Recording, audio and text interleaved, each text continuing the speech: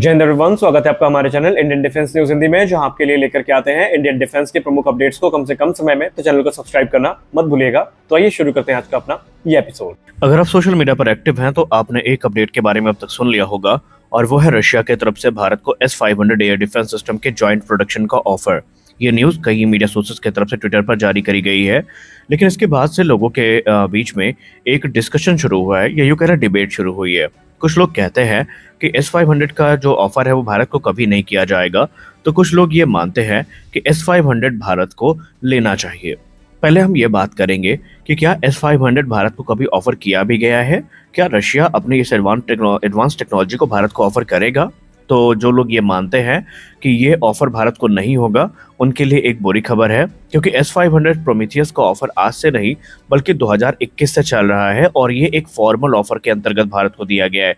यानी सिर्फ मुंह जबानी ऑफर भारत को नहीं मिला है, भारत को प्रत्यक्ष तौर पर इसके जॉइंट प्रोडक्शन का जो प्रस्ताव है वो मिला है। आगे इस वीडियो में हम आपको प्रूफ के साथ बताने वाले हैं, लेकिन उससे पहले बात कर लेते हैं S-500 के बारे में कि आखिरकार ये S-500 प्रोमीथियस है क्या, और कैसे ये S-400 से ज़्यादा बड़ा एयर डिफेंस सिस्टम भारत के लिए गेम चेंजर साबित हो सकता है।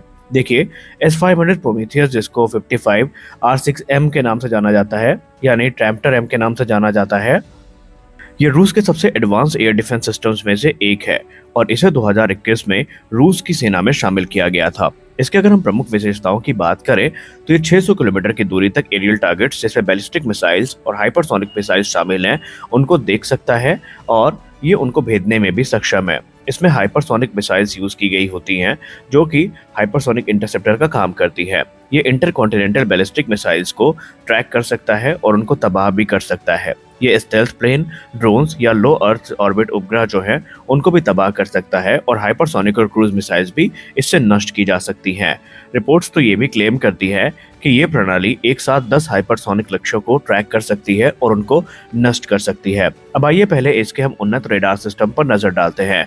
इसमें हमें 91 N6EM, 96 L6TSP, 76 T6, 77 T6 radar, जो कि 2000 किलोमीटर तक की जो बैलिस्टिक मिसाइल्स है उनको ट्रैक कर सकता है, और ये हवाई लक्ष्यों को 800 किलोमीटर तक ट्रैक करने में सक्षम है। इसके अलावा मिसाइलों की बात करें तो इसमें 77 N6-N, 77 N6-N1, और इसके अलावा 40 N6M और 53 T6M जैसी जो मिसाइल्स हैं वो शामिल हैं। इसमें से 76 N6-N और 77 N6-N1 जो है ये काइनेटिक इंटरसेप्टर्स हैं, जबकि 40 N6M और 53 T6M जो है ये हाइपरसोनिक इंटरसेप्टर है, जो कि माक 14 तक की स्पीड पर जाकर टारगेट्स को डिस्ट्रॉय कर सकती है। इसका रिएक्शन टाइम सिर्फ 3 से 4 सेकंड्स का है।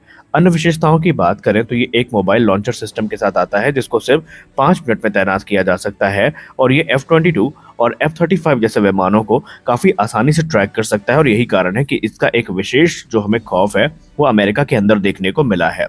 हालांकि ये काफ़ी उन्नत सिस्टम है, लेकिन इसकी लागत थोड़ी ज़्यादा है, क्योंकि अगर हम 2020 के डेटा की बात करें तो एक S-500 एयर डिफेंस सिस्टम की जो लागत थी वो अनुमानित 700 से लेकर 800 मिलियन डॉलर्स के बीच में थी, और अनकन्फर्म रिपोर्ट ये बताती है कि 2023 तक इसकी जो लागत थी वो 2 बिलियन डॉलर्स तक पहुंच गई थी।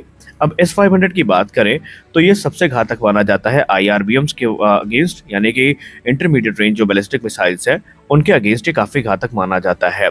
और अब सवाल ये उठता है कि क्या भारत को यह ऑफर किया गया है। तो जी हाँ, इसकी शुरुआत 2021 में हुई थी, जब रूसी उप प्रधानमंत्री यूरी बोरिसेव ने भारत से कहा था कि वो S-500 एयर डिफेंस सिस्टम को भारत को बेचना चाहते हैं, और इसको खरीदने वाला भारत पहला देश भी हो सकता है।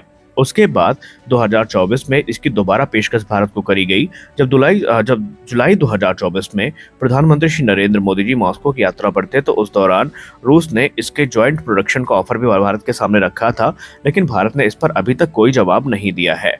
इसके महत्व तो काफ़ी ज़्यादा है। S-500 एयर डिफेंस सिस्टम अगर भारत लेता है तो इसका सबसे बड़ा बेनिफिट ये होगा कि भारत की जो वायु रक्षा प्रणाली है वो S-400 और S-500 के कॉम्बिनेशन में लगभग अभेद्य बन जाएगी। हालांकि भारत इस समय स्वदेशी प्रणालियों पर ज्यादा ध्यान दे रहा है, जिसमें पृथ्वी वायु रक्षा प्रणाली और उन्नत वायु रक्षा प्रणाली, जिसको AAD के नाम से जाना जाता है, इस पर भारत काम कर रहा है, जो कि हाइपरसोनिक थ्रेट से निकलने में सक्षम है। और अगर S-500 भारत लेता है तो चीन और पाकिस्तान के लिए खतरा बढ़ जाएगा, क्योंकि इसका अधिग्रहण चीन की उन्नत मिसाइल क्षमताओं को निष्क्रिय कर देगा, और पाकिस्तान को तो हमारे S-400 ने ही बुरी तरीके से लगभग लंगड़ा कर दिया है, ये आप सब जानते हैं। तो अभी हम ये तो नहीं कह सकते कि भारत इसको लेगा या नहीं लेगा, क्योंकि इसके साथ चुनौतियां भी काफी ज्यादा हैं। सबसे बड़ी चुनौती है काटसा प्रतिबंध। S-400 जब डील भारत ने साइन करी तो अमेरिका ने लगभग प्रतिबंध की तलवार भारत पर लटका दी थी। और दूसरी समस्या है इसकी लागत। हमने इसके प्राइस के बारे में बताया, काफी यहाँ पर कॉस्टली है। वही तकनीकी जोखिम की बात करें तो यहाँ पर क्योंकि अभी ये सिस्टम सिर्फ रूस की तरफ से यूज किया जा रहा है और इसने अभी तक टेस्ट के दौरान ही जो हाइपरसोनिक प्रोजेक्टाइल्स है उनको इंटरसेप्ट किया है, लेकिन प्रैक्टिकल इसका यूज अभी तक नहीं हुआ है। इसलिए हम ये नहीं कह सकते कि ये प्रैक्टिकल ऑप्शन है या नहीं। आपको क्या लगता है, भारत को ये लेना चाहिए या नहीं? कमेंट सेक्शन में जरूर बताएं। मिलते हैं अगले वीडियो में, तब तक के लिए जय हिंद।